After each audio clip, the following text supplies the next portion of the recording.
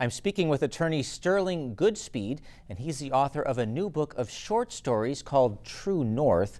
Welcome, Sterling. Thank you, Paul. Thank you for having me here. Oh, it's a pleasure. Sterling, these stories are all set in the same location. Where is that, and what is special about this place? It's a collection of 9 short fictional pieces. They're all set in a small hamlet in the Adirondacks called North Creek. It's a place where I grew up, where I live with my family now, and where my family stretches back over, I think, 7 generations. So you're writing about what you know, but what made you really want to write a book of short stories? I've always had an ambition to write, really since high school. And I've had a very busy professional life. I've tried a few times, and I really was not able to break through and finish a larger body of work until recently. And I have to say, I kind of credit the COVID crisis with it. When we went into lockdown, I picked up a pen one evening at the dining room table and started to write. And actually, the first paragraph of the last story in the collection came out. And if you read it in that context, it is a fairly grim, kind of dark paragraph about what my town is like. It shows 2 extremes of strength and weakness, good and difficulty. That is interesting. You mentioned grim and dark. And while I was reading the stories, I was thinking there are many authors who have used the North Country as a backdrop. Russell Banks comes to mind, for example. Yes. And there are humorous stories about the Adirondacks, but when I'm reading your stories, there is a bleakness that comes through. There is a bleakness. I go back to a book that I came across many years ago that I was thumbing through, and it was an anthology of Adirondack fiction. And I happened to just start reading one of those stories, and it was about 3 folks who lived in Syracuse who were hiking in the high peaks and having a great experience, and how wonderful that was. And that is certainly an Adirondack experience, and not to take anything away from that experience. But what I wanted to write about was the people that I observed, what living in the Adirondacks was like. And by definition, that includes hardship.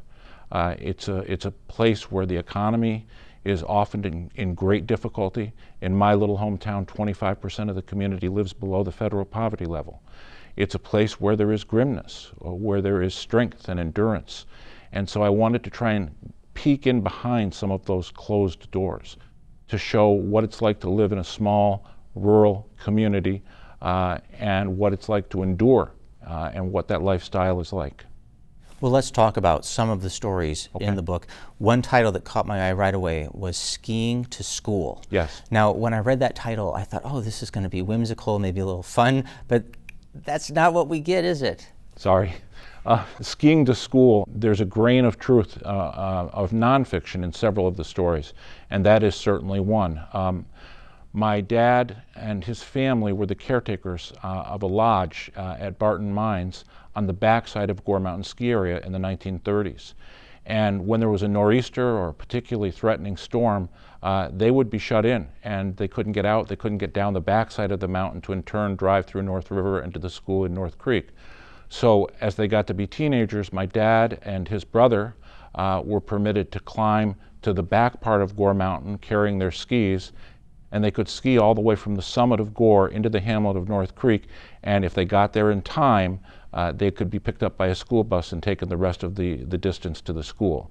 So that's the backdrop for a story of a woman who is actually coming home as the final surviving member of her family to try and clean up the affairs and tend to the business of the end of the family and the end of her relationships. And she's in that old house, and she's sorting through artifacts, if you will, of the family's story. A death in the war, a ski fall during one of the trips to school, some tragedy, some great positive things as well. But it's a moment where someone pauses, and I think many of us have had that pause moment where we've lost a family member or several family members, and we open a drawer and we say, oh my goodness, I have to go through this. And that's what that story is really about. That's very compelling. Well, let's move on to another story in your collection. It's called The Shaft, and the way you describe the scene is so expressive and memorable. Is this a real place? The Shaft is a real place. I would offer as a cautionary tale, there's a no trespassing sign there. It's privately owned, and it's very, very dangerous. But there's a beginning glimpse of truth or nonfiction. As a 13-year-old in the 1970s, we used to play under the bridge over 28N that goes from North Creek to Minerva. And from the girders on that bridge, we could make out the roof of a small building off in the distance in the woods. And so we went over there to explore. And it looked like a mine shaft. It was kind of like a V-shaped concrete building. And I gave a little push on the door, and it collapsed.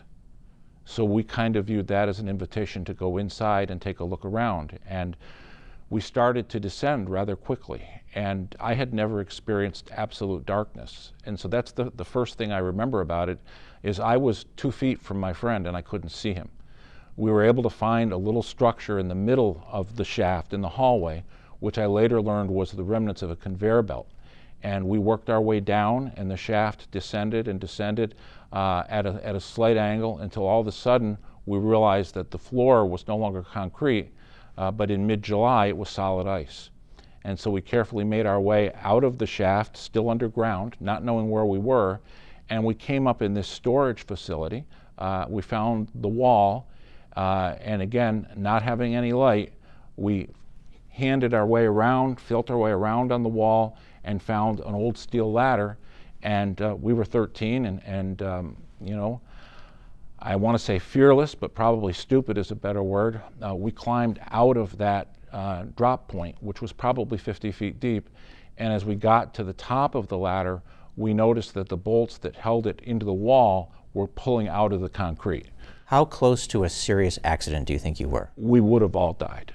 We clearly would have all died. And we didn't really have any cognizance of it probably until a decade later. Did your parents ever find out about this? I did tell my parents, and I received a pretty harsh reprimand and had to promise never to go back. Did they realize how seriously dangerous this was?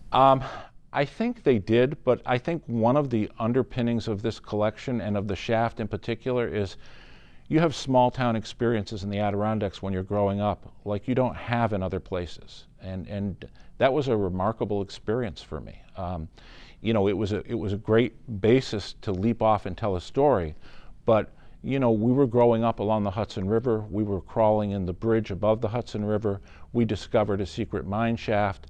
You know, it's a really part of my life that I look back on with great fondness. It's kind of a great way to grow up, and that's part of the beauty of the Adirondacks, was being young there in 1975. And you know, I had a curfew. If I got home by the curfew, which was 8 o'clock, no questions asked. I was on a 10-speed, I was swimming, we were hiking, we were looking for the next big thing, and the shaft was it.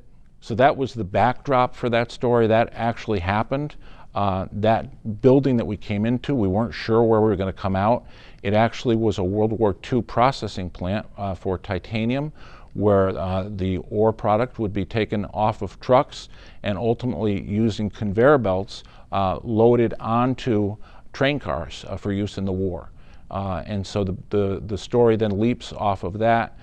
Instead of the 3 children, there's 7 or 8 children, and they witness a terrible act inside the building that the shaft is linked to that really kind of links them together for the rest of their lives, that go in very different directions.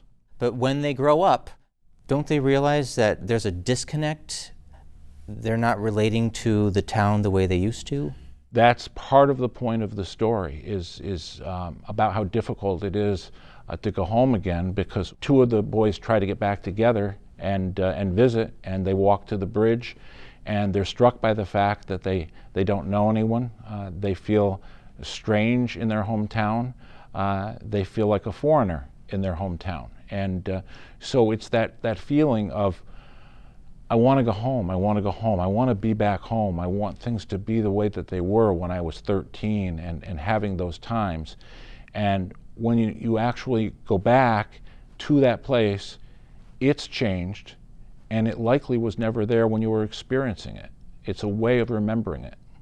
The book is called True North. Yes. And that's also the title of one of the stories. The final story. Is the book named after the last story, or does True North, the title, apply to all the stories? It's those things and some other things. It's an attempt to show an accurate, chronological, historical view of a small, very rural community progressing through the late 20th century in a true form of North.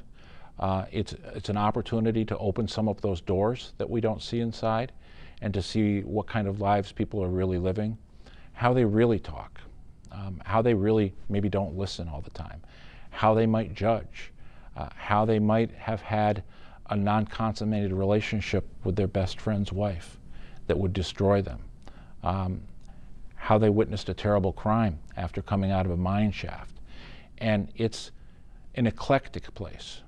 It's a place where people escape, but also people take root. And so True North is an effort to accurately get at the roots of that and to say, what is my hometown? What's it really about? What's it like to live in a little tiny town in the Adirondacks where there's people who are dirt poor and people who are rich and people who went away to college and people who didn't finish 7th grade? And how do we put all of that together? I want to thank you so much, Sterling, for coming in and telling us about your book of compelling short stories. Thank you so much for having me here. Well, this has been a real pleasure. You may find the book True North at barnesandnoble.com, bookshop.org, and at retail stores throughout the Adirondacks. Spotlight is supported by the Glenn and Carol Pearsall Adirondack Foundation, dedicated to improving the quality of life for year-round residents of the Adirondack Park.